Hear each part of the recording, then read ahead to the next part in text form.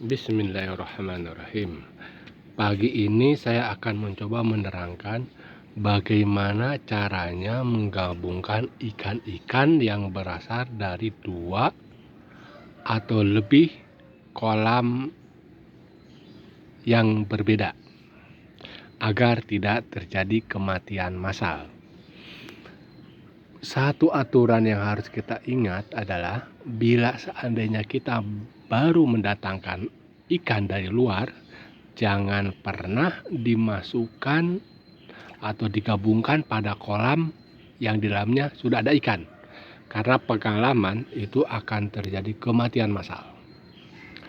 Nah, pertanyaannya adalah bagaimana bila kita memiliki berapa kolam yang sudah ada dan berapa kolam itu jumlahnya nggak banyak sehingga kurang efektif dan kurang efisien kalau terpisah-pisah. Dan kita ingin menggabungkannya. Atau bisa juga saat kita punya dua kolam dan ada waktunya untuk mendisortir, maka otomatis harus digabungkan.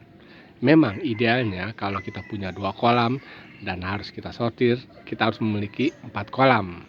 Sehingga satu kolam terbagi dua dan satu kolam lagi terpecah menjadi dua, tidak ada 4 kolam. Nah, seandainya kita kolamnya terbatas. Caranya ada 3 cara. Cara pertama adalah bila kita ingin menggabungkan dua kolam karena misalnya hasil sortir ya, yakinkan dulu bahwa air di kolam itu kualitasnya sama, baik dari segi pH, suhu, kandungan amoniak yang di dalamnya.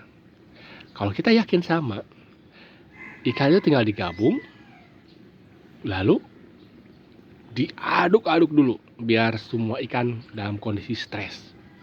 Itu cara pertama. Cara yang kedua, itu adalah bila kita ingin menggabungkan dua kolam yang berbeda. Nah, kolam yang akan dijadikan tujuan air itu kita harus yakin bahwa kolam itu kondisinya lebih bagus daripada kolam yang akan kita pindahkan. Baik dari segi pH-nya dan dari segi segalanya. Itu harus kita yakin dulu. Nah, kalau kita yakin, baru kita gabungkan dari kolam yang lain yang kondisi airnya lebih jelek dan digabungkan ke kolam yang kedua itu. Setelah itu langsung diaduk biar semua ikan dalam kondisi stres. Soalnya kalau ikan yang nggak dipindah dalam keadaan tidak stres dan yang ikan yang dikira pindahkan dari tempat yang lain, tentu nanti ikan yang dalam kondisi tidak stres itu akan menyerang ikan yang baru datang.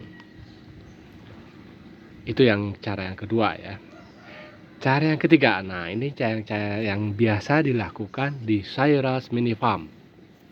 Yaitu saat kita melakukan sortir, saya itu kalau setiap melakukan sortir, airnya itu diturunkan